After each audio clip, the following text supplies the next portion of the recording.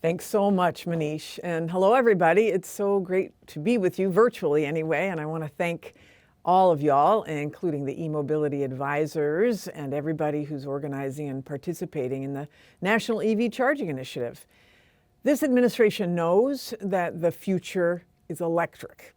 And in August, the president set the goalpost. 50% of our new vehicles need to be electric by 2030. And the U.S. auto sector is already rallying in support.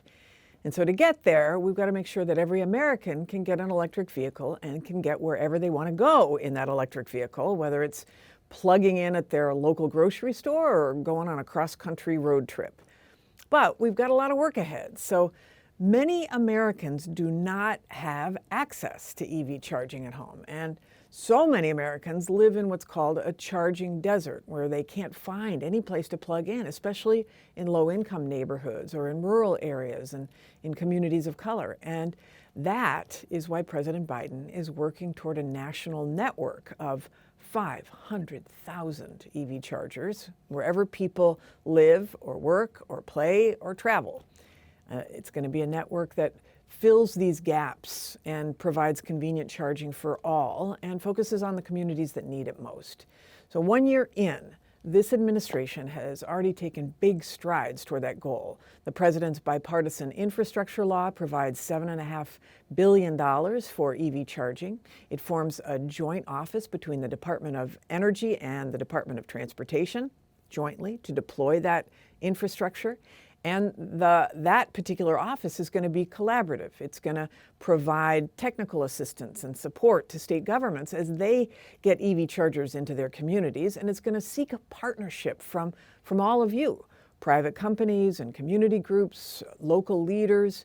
You'll learn a lot more about this new office later today from the Deputy Secretaries, David Turk and Polly Tottenberg.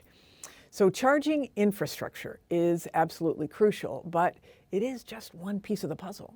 We need the rest of President Biden's Build Back Better agenda to really turbocharge, if you will, the U.S. EV market. Electric vehicles are only as clean as the electrons that are going into them. So we're working toward 100% clean electricity by 2035, and the clean energy tax credits in Build Back Better are going to help us do just that. We need to invest in the supply chain for EV batteries to make more of them here in America with American workers.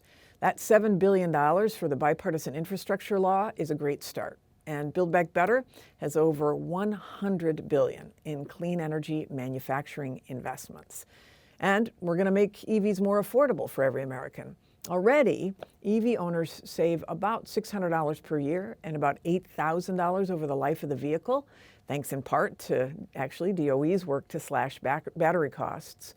Build Back Better, though, is going to cut the cost of an electric vehicle by up to $12,500 through rebates for businesses and consumers off the top at the dealer. So taken together, an electric future comes into focus, and with it, jobs, and more jobs. Building batteries, building electric vehicles, chargers in every pocket of the country. President Biden and his entire administration are committed to getting it done, but really we need your help. We certainly are ready to roll up our sleeves alongside community advocates and state and local governments to speed adoption of EVs and charging infrastructure.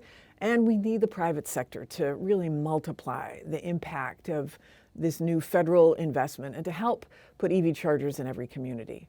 And we need the best and brightest and most passionate and diverse leaders to join us here at DOE to get this work done. So last week, we launched the Clean Energy Corps to staff up our new joint office on EV charging and to deploy a whole host of clean energy technologies. We are recruiting more than 1,000 new colleagues, and we want you to consider yourself as one of them, or maybe apply. So if you are interested, please visit energy.gov/cleanenergycorps and submit your resume. So whoever you are, wherever you are in the EV space, we look forward to working with you as we transform our nation's transportation sector and tackle the climate crisis. Thank you so much, and I hope you have a terrific rest of your summit.